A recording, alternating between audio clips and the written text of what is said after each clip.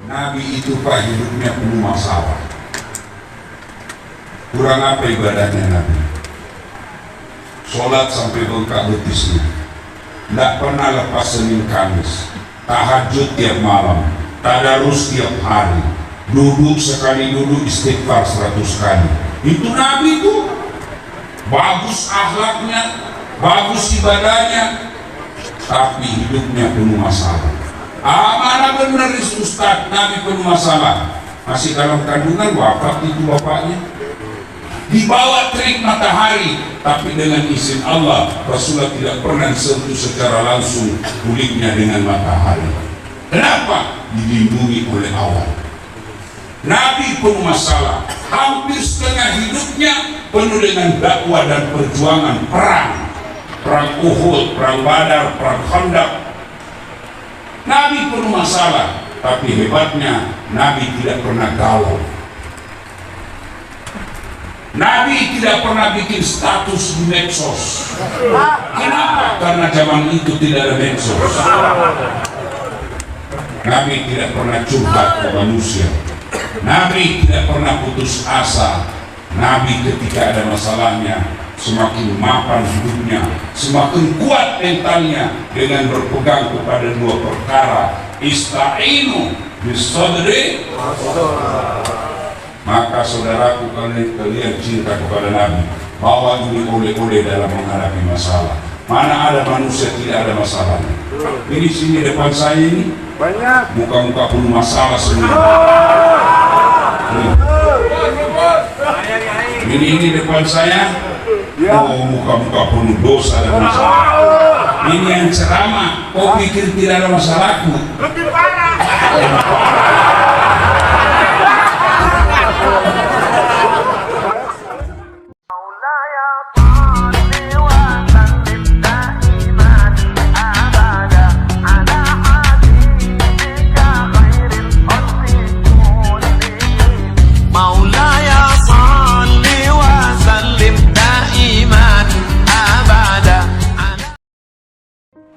Wahai orang-orang yang beriman, bertakwalah kalian kepada Allah dengan sebenar-benarnya takwa, dan janganlah kalian mati kecuali dalam keadaan beragama Islam.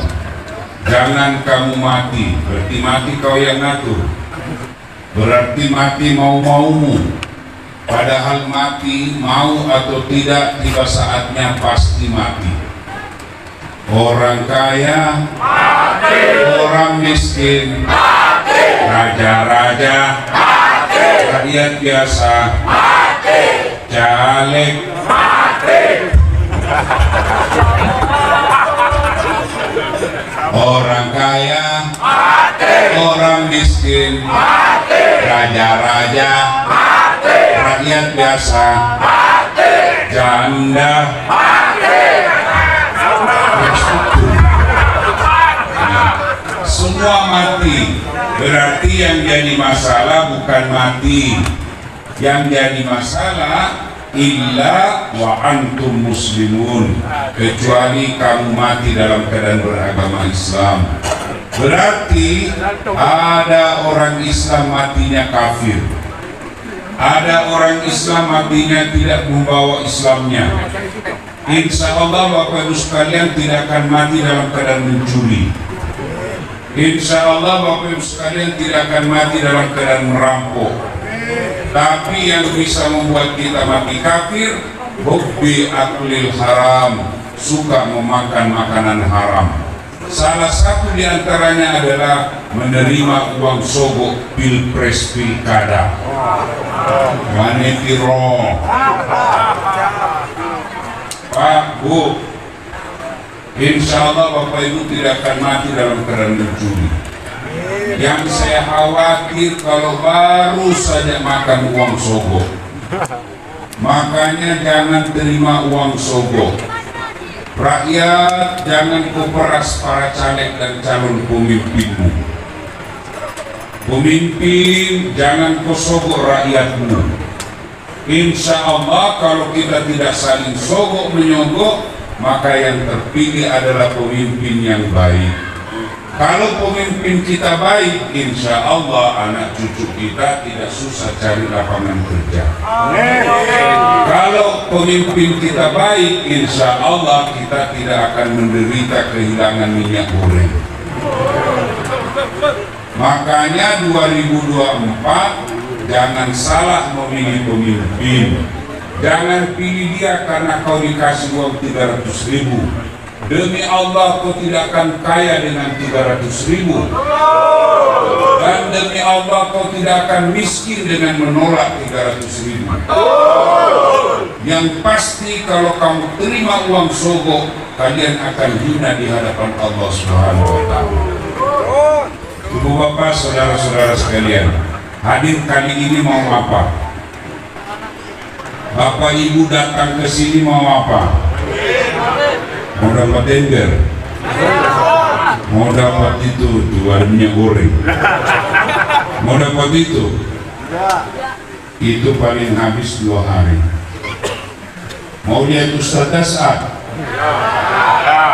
kecewa, kecil, jelek, hitam, ceper, kurus, bau keteknya, apa yang mau dia dapat?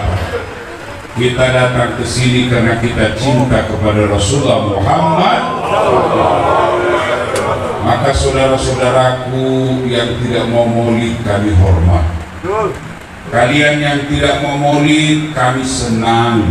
Silakan.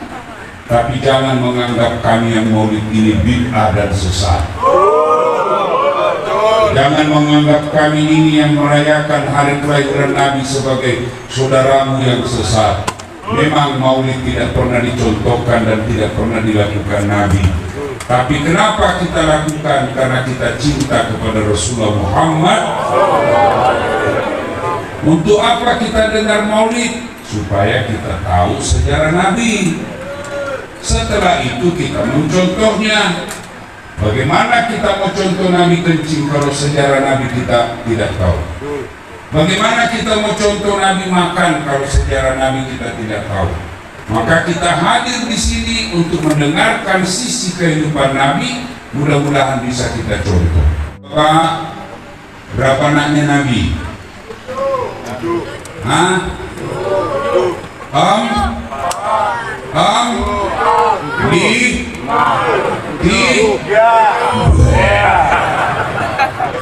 Berapa?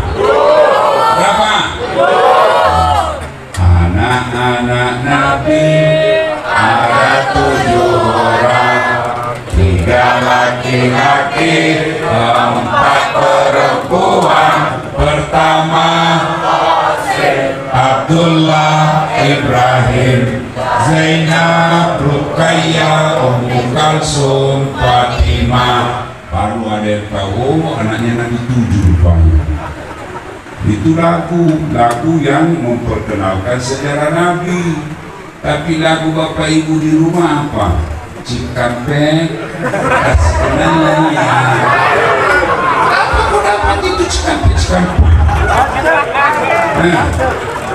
Ya.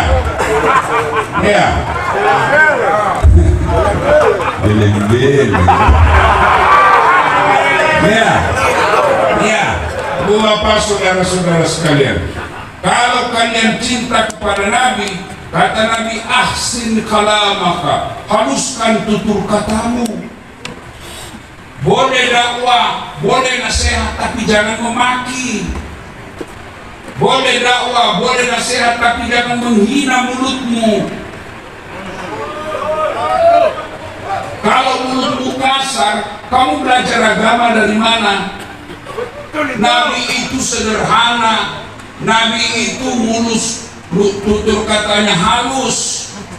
Nabi tidak pernah menghina orang, meskipun itu dia dilempari, tapi tidak pernah Nabi menghina Abu Jahal, Abu Lahab. Nabi ketika marah sama Abu Jahal, mulutnya hanya berkata, semoga jidatmu kena lumpur. Lumpur, kalau jidat kena lumpur kan aman. Itulah akhlak Nabi. Nabi pernah ditanya, Untuk apa kau diutus ke muka bumi ini? Liutamimal makarimal akhlak, memperbaiki akhlak manusia.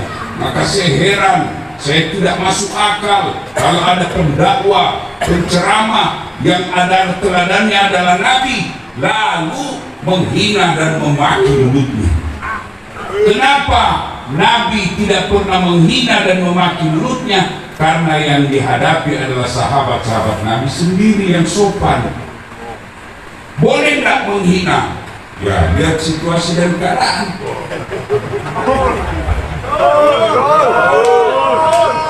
Ya, kepada sahabat aja, kepada tetangga saja, kepada orang lain saja kita santun, apalagi ke anak sendiri. Banyak orang tua mengharap anaknya baik akhlaknya, tapi orang tuanya memaki anaknya. Banyak orang tua mau anaknya baik, larang anaknya merokok. Awas kalau kau merokok, tempelin kau kalau ku dapat kau merokok. Tapi depan anaknya dia merokok. Itu aslinya beleng-beleng.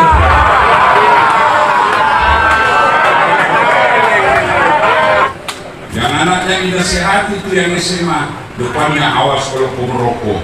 Lalu dia sambil merokok, dia bawa anaknya masih SD. Mana ceritanya? Rasul tidak pernah mencontohkan hal seperti itu. Kalau kau cinta kepada Rasul, kepada tetangga saja Nabi memuliakannya, apalagi kepada istrimu. Ada bapak-bapak kasar betul kepada istrinya, ngomong sama istrinya kasar, tidak pernah menghormati. Kamu belajar agama dari mana?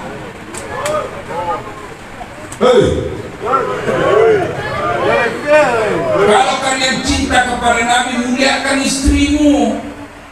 Karena Nabi 11 istrinya, dari 11 itu tidak pernah ada yang mengeluh. 11 istri Nabi, demi Allah tidak ada yang pernah mengatakan saya nyesal nikah sama kau Muhammad. Tak ada. Kamu cuma satu istrimu, menderita lahir batin.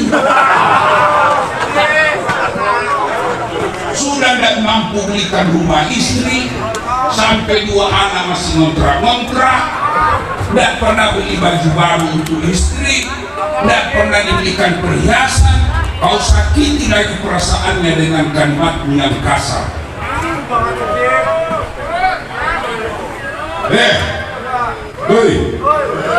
Kalau kau tidak bisa berikan perhiasan istrimu, paling tidak sedekahlah dengan tutur kata yang lembut.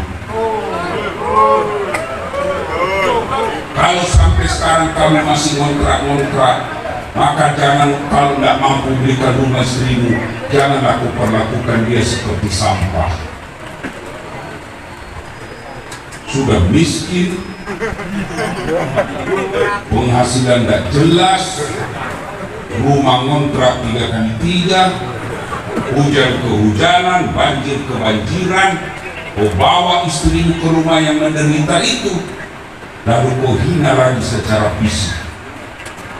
Gimana kalian belajar agama? Maka muliakan istrimu. Rasulullah itu sangat memuliakan istrinya. Caranya apa? Tidak satupun istri beliau dipanggil namanya. Tidak pernah Nabi memanggil nama Aisyah sini dulu, tidak. Beliau panggil ya Humairah, yang kemerah-merahan pipinya. Kenapa? Karena Siti Aisyah memang merah delima pipinya. Khadijah tidak pernah dipanggilnya ya Khadijah, ta'al, tidak. Khadijah beliau panggil dengan kata Ummul Mukminin, ibunya orang Islam. Maka kalian kalau pulang rumah, muliakan istrimu dengan panggilan kasih sayang. Minimal standarnya sayang. Sudah 70 tahun panggil istrinya, sayangku bikin kopi, sayangku ada tamu. Kata cucunya, ih kakek romantis betul. Panggil nenek sayang, dia dekat istri cucunya, jangan ribut nak, saya lupa namanya nenek. Kalau cinta kepada Nabi, muliakan istri. Ya, balik nanti kau muliakan istri. jelek istrimu sas, jodohmu. Kenapa Allah jodohkan kalian itu? Karena mukamu juga jelek.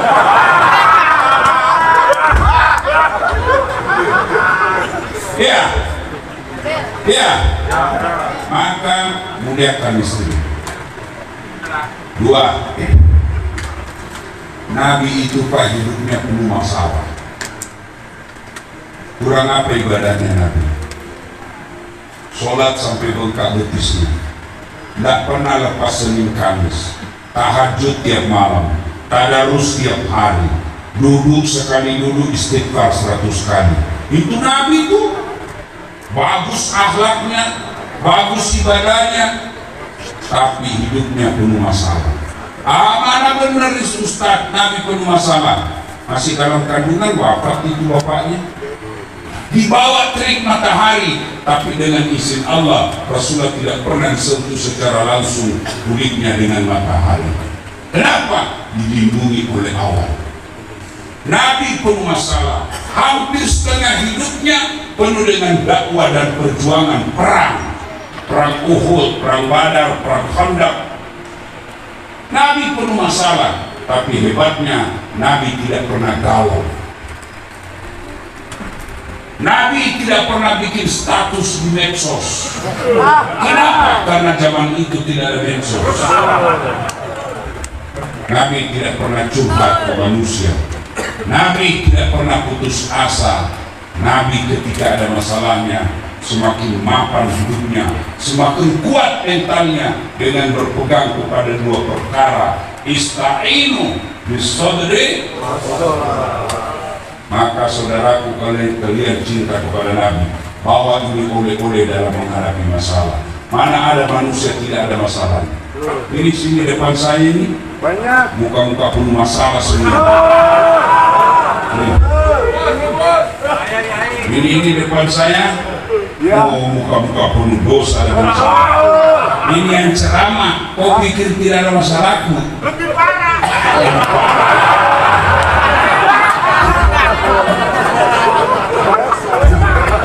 Apa masalah saya sekarang Pak? Banyak yang bercurhat.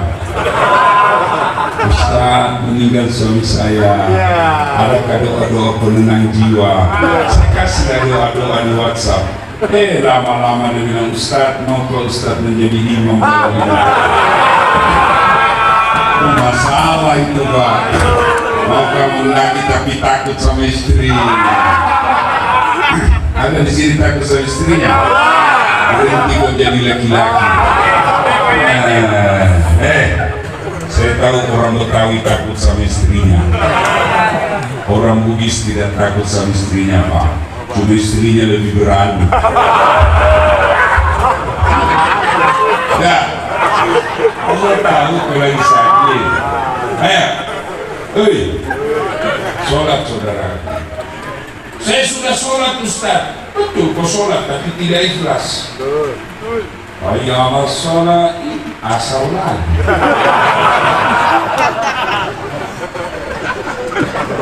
Mestinya Allahu Akbar, Allah, Alhamdulillah. Ada waktu untuk ketemu lagi dengan Allah. Tetangga saya kemarin wafat, tidak bisa lagi sholat. Saya sholat Ustaz. Wah betul kau sholat tapi main-main. Bismillah.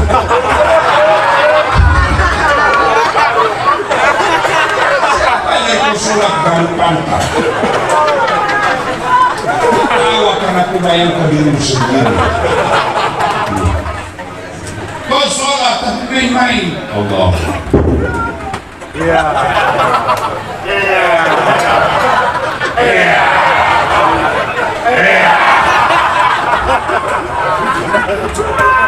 Ya, maka saudara-saudara sekalian, tidak usah panjang ceramah, perbaiki sholatmu.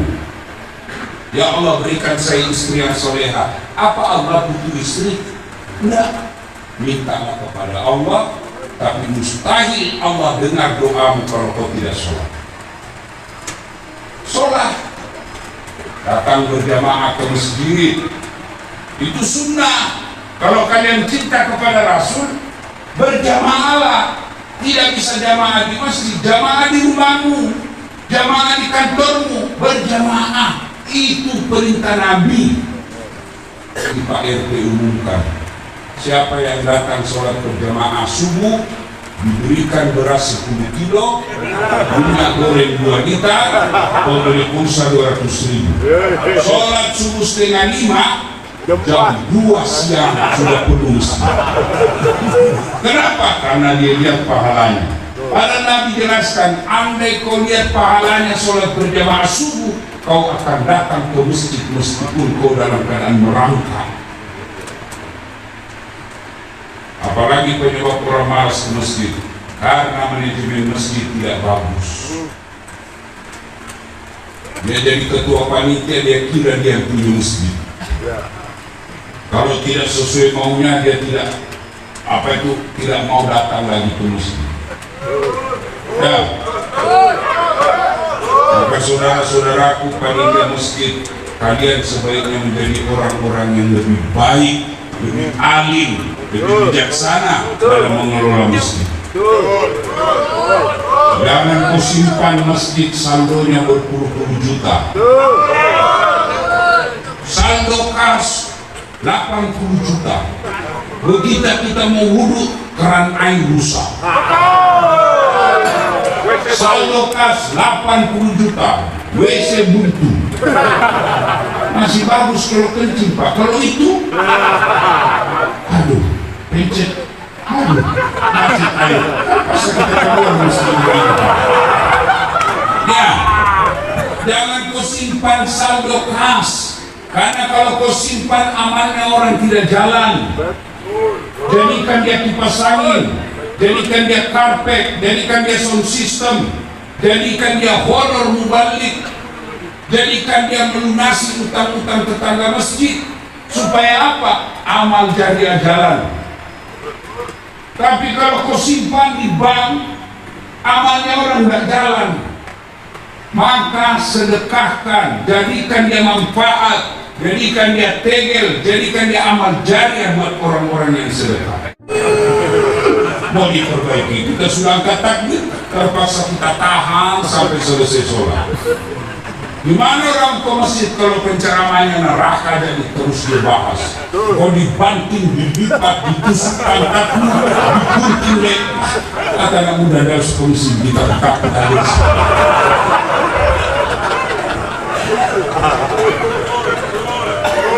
Ya, gimana orang ke masjid kalau yang azan suaranya menjengkelkan? Orang tua sudah pensiun, suaranya sesak napas.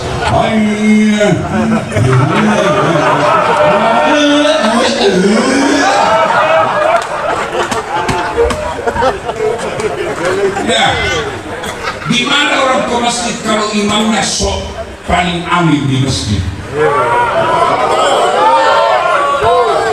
Kata Nabi, kalau kau jadi imam, ringkaskan bacaan sholat.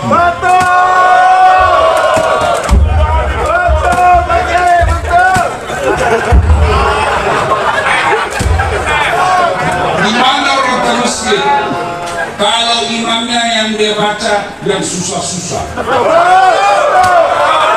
Karena Nabi katakan, kalau kau jadi imam, ringkaskan bacaanmu dan bacalah yang umumnya orang hafal. Kenapa diringkaskan? Karena banyak kepentingan di belakangmu. Ada anak muda yang tahu kentut,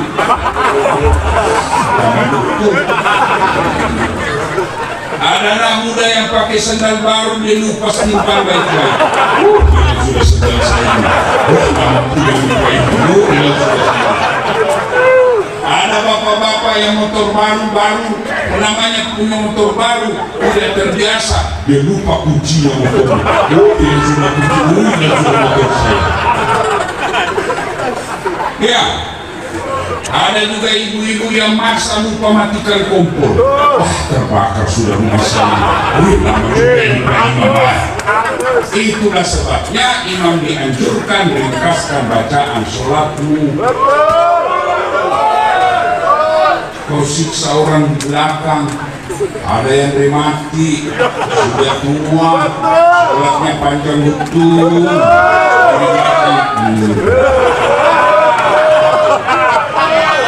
Belum selesai jatuh, naik lagi kepalanya, lama sekali juga, jatuh lagi kepalanya.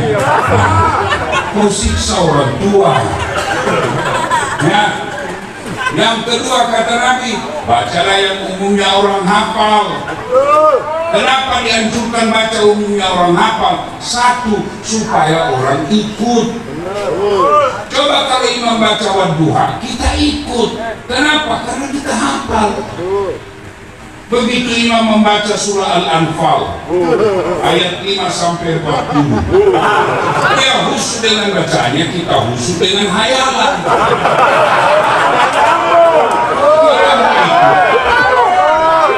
Kita mau ikut, tidak dihafal. Kita mau ruku, imam masih membaca. Terpaksa kita baca semua di dinding masjid. Keadaan keuangan masjid, pengeluaran 3 juta, pemasukan 4 juta, saldo kas 1 juta rupiah. Nah, belum selesai, dia baca lagi itu kalender Persatuan Guru Republik Indonesia DKI Jakarta. Belum juga selesai, dibaca lagi bajunya orang caleg DPR. Siapa yang salah? Siapa yang salah? Siapa salah? Ada lagi orang kan, ada lagi nih, orang dia masuk masjid jadi imam penghafal Quran. Begitu dia lagi baca bacaannya, tiba-tiba ada cicak jatuh kena telinganya, stres, lupa sambungan ayat, suasana hening satu masjid. Tiba-tiba Pak Imam tidak tahu apa sambungan ayat, apa lanjutannya, hening. Tiba-tiba Imam berkata, tolong sambung di belakang.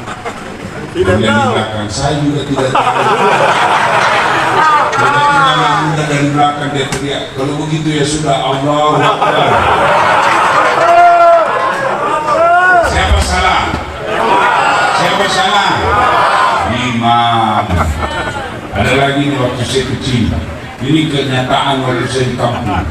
Lama betul Pak Imam sujud. Kita sudah tunggu-tunggu, tidak biasanya ini kok belum selesai Imam sujud. Tiba-tiba ada kawan saya diangkat kepalanya. Wih, hilang imam. Ternyata imam sudah tidak ada di tempat. Bubar sholat Pak. Selesai dicari-cari Pak Imam, keluar dari toilet. Kata Pak Imam, kenapa kau tinggalkan sab? Kentut saya.